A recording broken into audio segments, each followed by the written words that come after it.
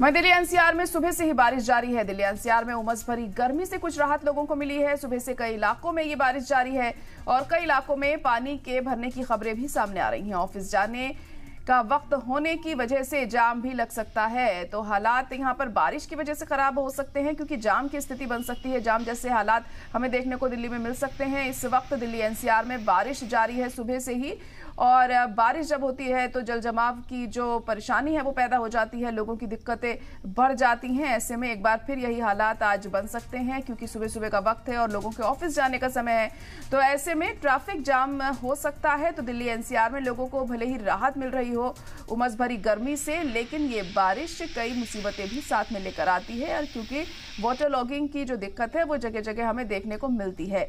सुबह से ही कई इलाकों में ये जो बारिश है ये जारी है और इलाकों में पानी भरने की खबरें भी सामने आ रही हैं। जगह जगह पानी भर गया है और जब और लोग घर से बाहर निकलेंगे क्योंकि ऑफिस जाने का समय है सुबह सुबह, तो ऐसे में लंबी कतारें भी हमें देखने को मिलेंगी सड़कों पर गाड़ियों की।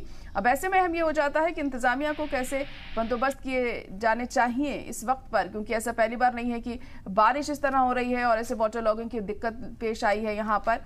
इससे पहले भी हम हर साल यही हालात देखते हैं, उसके बावजूद भी कोई अहम कदम नहीं उठाए जाते हैं। या तो हर बारिश में पानी भर जाता है, 10-15-20 मिनट की बारिश में पानी भर जाता है। मेरे ख्याल से आधा घंटा हुआ होगा। अच्छा, आधा घंटे में ही जल भराव की स्थिति हो जाती है। बता तो रहा हूँ, 20-25 मिनट की बारिश में पानी भर जाता है। इंतजाम क्या है, पानी की निकासी यहाँ है नहीं, नालियाँ है नहीं, कहीं ना कहीं तो कमियाँ हैं ही। पानी की सही निकासी हो,